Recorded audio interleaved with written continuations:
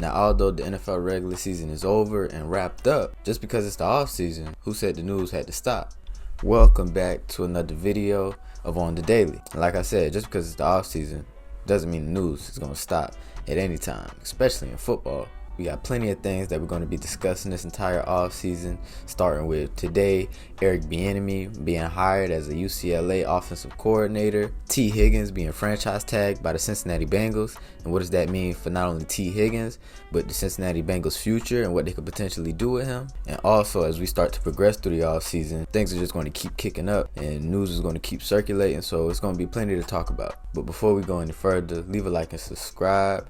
Hope you guys enjoy, and let's get right to it. Okay, so firstly, Eric Bieniemy has accepted the offensive coordinator job at UCLA. This comes after being at the offensive coordinator position for the Washington Commanders this past season. And unfortunately for him, with the new coaching staff coming in under Dan Quinn, he didn't make the cut and he wasn't retained. And this whole situation with Eric Bieniemy and, his coaching cycle and where he's going as a coach and what his trajectory has been as a coach since being at Kansas City has been pretty surreal, and in my opinion has been one of the more underlooked but significant stories over these last couple of seasons. Winning the 2 Super Bowls with the Kansas City Chiefs and coaching Patrick Mahomes in his MVP season last year, while doing all of that, being the offensive coordinator. And say what you want about the whole coaching dynamic that they have down in Kansas City, but if you want to just give all the credit to Andy Reid and say that he didn't call any plays and he just didn't do nothing, but I just don't think it's a fair assessment of the coaching dynamic and the way coaching works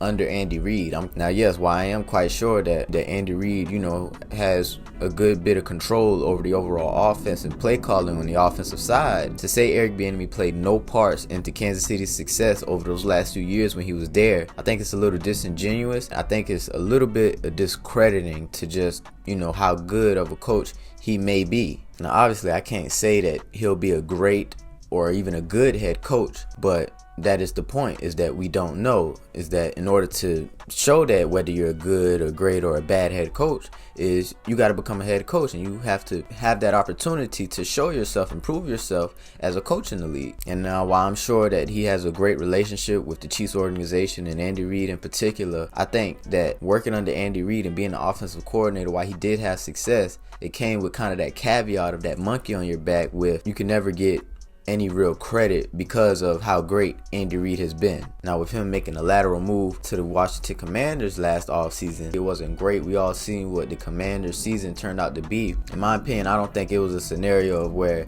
it was just so clear cut that Eric Bieniemy just couldn't call plays. He just wasn't effective as an offensive play caller. He just wasn't, and he was just inept or in any way. That's not what I got from that situation. It was a very odd situation with a team and an organization that's kind of rebuilding and trying to retool and trying to slowly grow.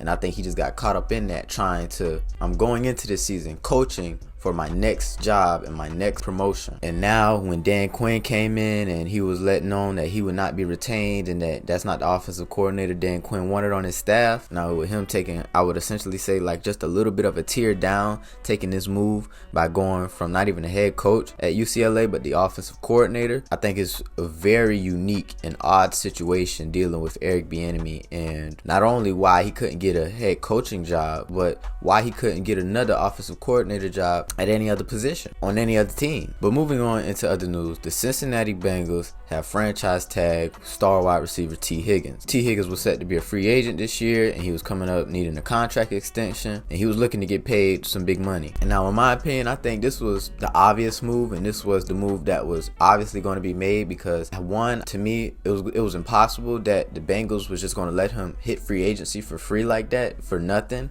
And two, I think that with him being tagged and the Bengals saying, hey, we're going to tag you for this next year. Now, I don't know what that may mean for a future contract extension. I have my doubts about whether he gets a contract extension with the Bengals, but I do think with them tagging him this year and keeping him for this next year, I think you can kind of start to see where the Bengals are. I think you can kind of start to see and predict on what are the Bengals as an organization going to be doing mainly this offseason and heading into the regular season. Because I think by tagging Tee Higgins and keeping him for this next year, I think that means that they are going all in on this year before Joe Burrow's big contract starts to hit and before they have to extend Jamar Chase, because that's a guy that you're going to pay. There's no question about that. They're going to have to pay Jamar Chase. So I think that keeping him this year, still having Jamar Chase on his rookie deal, and getting Joe Burrow back for another year before that long-term extension he signed truly starts to creep in and hit on the cap. I think they're going into this year saying, hey, we're playing all our cards. We're going to be very aggressive in free agency. We're going to go out,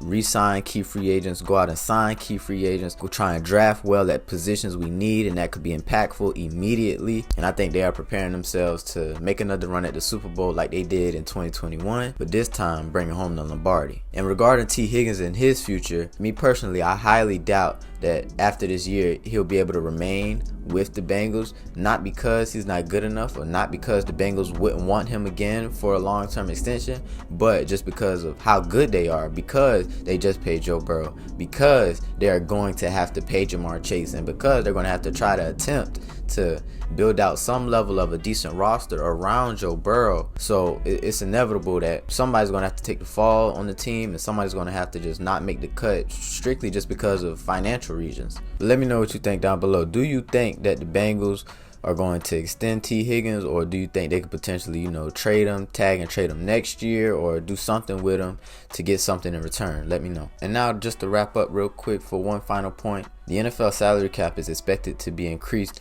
by $30 million. And there goes your Taylor Swift effect. And that'll do it for today's episode of news. But stay tuned because, like I said, as the offseason progresses and we start getting into the combine and getting into the draft, getting into free agency, starting to kick up, going into preseason, it's going to be full-fledged news. Just, it's going to be action-packed non-stop. It's not going to be any boring, especially with the NFL. But thanks for watching. I hope you guys enjoyed. Until next time. Peace out.